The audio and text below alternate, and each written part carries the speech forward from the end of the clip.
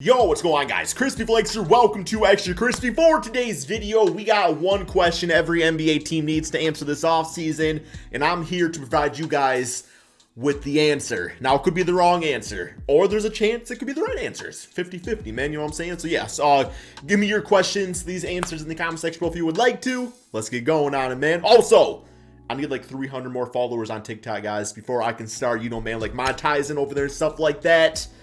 Bills to be paid, you know what I'm saying, man? Stock market crashing. Please help me out and follow my TikTok, crispyflakes_YT, or link to it in the description below. Thank you all so much. Let's get it, man. All right, so we got Atlanta Hawks. Is this group destined to stay together? I like Trae Young. I like Okongwu. I like DeAndre Hunter. And his flight would say the rest. I don't like John Collins, man. I think John Collins needs to go. I'm not saying, I guess he's not a bad basketball player. I do not like him next to Trae Young. I feel like there's a disconnect in chemistry. I do not like him on that team. His contract's not the worst. He can be traded. They should do it. I don't know what team, but it should not be the Atlanta Hawks. Next up, we got, do they have a long-term replacement for Al Horford? Well, I almost just said Grant Williams. And yes, I think Grant Williams and Robert Williams, Thomas too, as you might want to call it, could definitely work, you know, as the front core of their future when you have the defensive and scoring capabilities of guys like Jason Tatum, Jaylen Brown, and Marcus Smart. Yeah, I really think that Grant Williams can be the full-time starter, or if not, you know, Al Horford's contract I don't believe is like the greatest, so that's going to be some money available. Plus, obviously, Jay can play the 4 spot too, so yeah, they definitely can find a long-term replacement if they don't already have one. Brooklyn Nets, how much should they commit to Kyrie Irving? Like contract-wise, I would say Supermax. He's a Supermax contract player. They are a better basketball team with him. The reason that he did not play is an outlier as opposed to other seasons and probably seasons going forward. So yeah, I would say a Supermax contract. Keep him in Brooklyn. Charlotte Hornets, can they pay Miles Bridges and PJ Washington? I'm sure they could. I don't know if they should. I think PJ Washington's a power forward. I do not like when he runs the center position. I think he's perfect at the 4 spot. I think Miles Bridges is the 4. So, yeah, unless you want to use one of these dudes off the bench, which then you're paying, you know, a guy to come off the bench. You don't really want to be doing that. But, I mean, I guess in theory you could do Miles Bridges at the 3 spot, but they also have, like, Kelly Oubre on the team. Obviously, they got Gordon Hayward, who they might look to trade away. So, really depends about how they see both these guys as far as, like, sustainable starters in their lineup for the years forward. We got the Chicago Bulls. What's the path to true contention? I think it's a trade for Anthony Davis. I think if this team could somehow pull off a trade for Anthony Davis, I do think Anthony Davis has a stock that's at the all-time low based off of his injury history and stuff like that. It just seems like the sentiment around AD has kind of changed. But, you know, man, from the Chicago area and everything like that, I feel like if they could trade for him, it would be a situation where, you know, if they could still keep Zach LaVine and DeMar DeRozan, like that's your big 3 right there, and that's pretty damn good. Now, you know, I don't think Lonzo will go back to the Lakers either. But they got guys like Patrick Williams, they got Kobe White. You know, they got ways of putting together a decent trade package to get Anthony Davis. I think that helps out a lot. Vucevic even would help out. You know, he can play next to LeBron right now at least. Cleveland Cavaliers, will they re-sign Collin Sexton? I would say Collin Sexton, if you can agree to about $20 million deal per season, I would say that's kind of the sweet spot for him right now. You know, 6'3" shooting guard that can play the point guard spot too, combo guard. Pretty gritty defender and everything like that. I do think that a lot of rebuilding teams will probably offer him a little bit more than that $20 million, but I will say the Cavaliers don't feel obligated to get Collin back. If he does fit your guys' future financially, then yeah, you can do it. Dallas Mavericks, how much will it cost to keep Jalen Brunson? Yo, dropping them damn 40 pieces like that, it's going to be a lot, man. Jalen Brunson is having himself a playoff contract where, you know, before the playoffs started, you might have said like $15 to $20 million, but the way he's playing right now, teams are going to be tossing the damn book at him, man, plain and simple. Denver Nuggets, can Jamal Murray and Michael Porter Jr. get healthy? I think Jamal will be fine. I could see him being a little bit slower, just, you know, lower body injuries. Michael Porter, man, like lingering back issues, like that stuff's hard to get past, especially at a young age. Like, that's not going to get better as he gets older, you know what I'm saying? So Jamal Murray, I think yes. Michael Porter, a little wary about him, man, not going to lie. Detroit Pistons, will Jeremy Grant be traded? I do think Jeremy Grant gets traded this NBA offseason, if not for sure by the trade deadline. I don't know what the trade looks like exactly. You know, if you're the Pistons, you probably do wait until after, you know, the NBA drafts, if they end up getting a forward, you know, a guard, something like that. But What I do know is you got Cade and you got Sadiq. I know those guys are like cornerstone pieces to the team. The rest, remains to be seen. We got Golden State. How much money will Jordan Poole get? Once again, for a guy that is not even a finalist for the most improved player, damn, he's a damn improved player, man.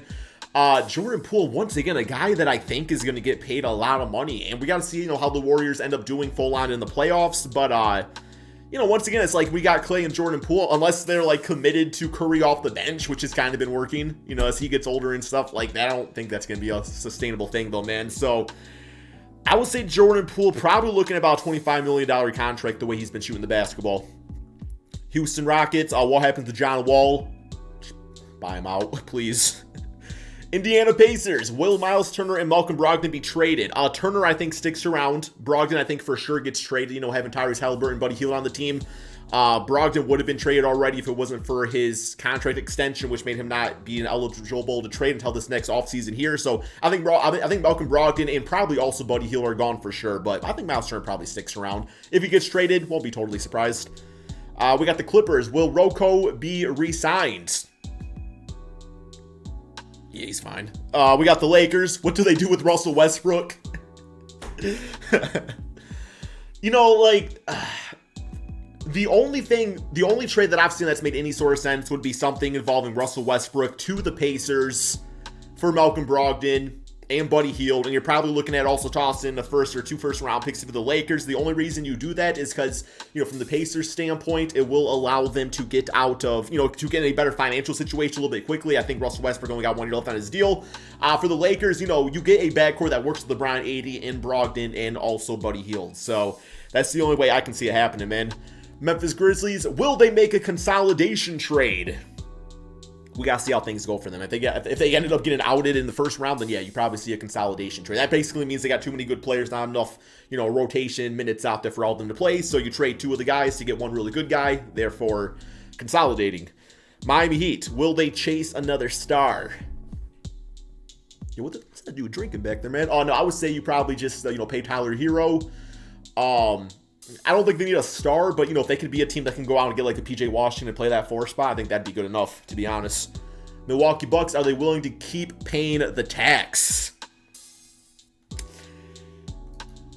I mean, if they want to be contenders, I guess. I guess if they start getting, some players out there that are younger and stuff and start, like, investing, like, in more scouting and stuff and try to get some diamonds within the rough, that's how you stay under the tax, getting production from low-contract players. But besides that, it's like, no, you're kind of stuck here, aren't you?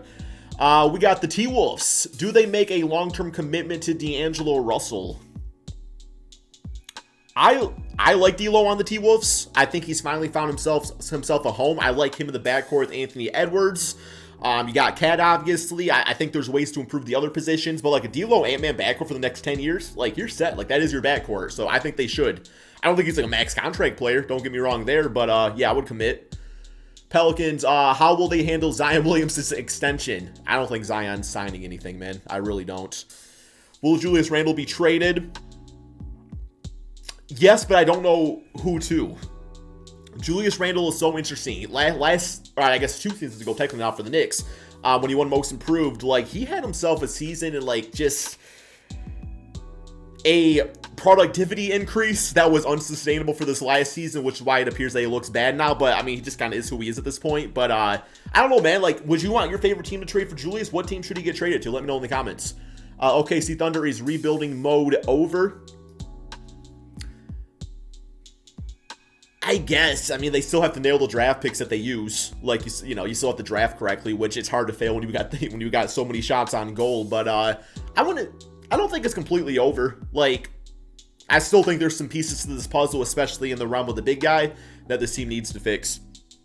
Orlando Magic, does Mo Bamba fit into the future? You got him with Wendell. You got Franz Wagner on the team. We don't really know what's going to happen with Jonathan Isaac. They got Okiki on the team, who's obviously a forward too. So, I mean, it could be a case where, once again, you got to consolidate. I think based off injury history, you probably invest more in Mo Bamba and you maybe look to let go Jonathan Isaac. But we'll see about that.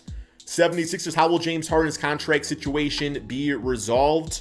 Before the season, then turned down a 3-year, $161 million offer from the Nets, preferring to test free agency. Well, it sounds like he wants to be in Philly, assuming they have a good ending to the playoffs and him and Embiid don't get into it or something like that. I imagine he'll resign with the Philadelphia 76ers. He might set himself up to give himself a little bit more like flexibility towards which teams he wants to go towards in the future, like LeBron does. You know, a lot of one year, 2 year deals. Harden's the type of player where I think there's always going to be a buyer for him no matter what. So yeah, give yourself that financial flexibility. Suns, how will uncertain ownership affect their offseason plans? I mean, it's a well-oiled machine already. They're just looking for a new boss to operate. But, you know, the machine still remains intact, man. I think they'll be completely fine. Portland Trailblazers, can they retool around Damian Lillard? I don't think they should, man. Like, I'm on board with just, like, I don't think there's enough time. And they have something great going there with Anfernee Simons, with Nazir Little, who was good before his injury. I mean, you know, you can keep around Dame and everything like that. But I really think, man, that they might end up remaining in this no man's land trying to build something else. You know what I'm saying? So we'll see. But I don't think they should, to be honest. Sacramento Kings, who is the next head coach? Shaquille O'Neal, 4 years, $25 million. We got San Antonio Spurs. Will Greg Popovich retire? He got one more year in him, man. I see it. I see it in his eyes. He got one more year.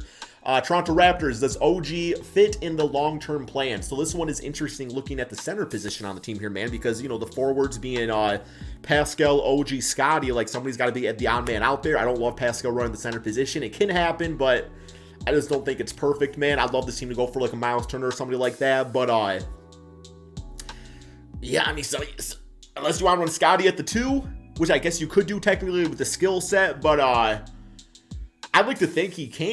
You know, OG is still like so young and so talented. Like, you don't just want to get rid of a guy, but we'll see, man. Utah Jazz, will an early exit prompt a major shakeup? Definitely 1,000,000,000,000%. Donovan Mitchell is not going to handle a first round exit very nicely, man. It's either he's going to request a trade or request for the whole team to be traded except him. It's going to be one of the two. Guaranteed, man. Bookmark this. And then we have Washington Wizards. Will Bradley Beal resign? I'm going to say no. I think Beal goes to a new team, man. Just a hot take. That's all we got for this video. Thank you all so much for watching. Peace out, my friends.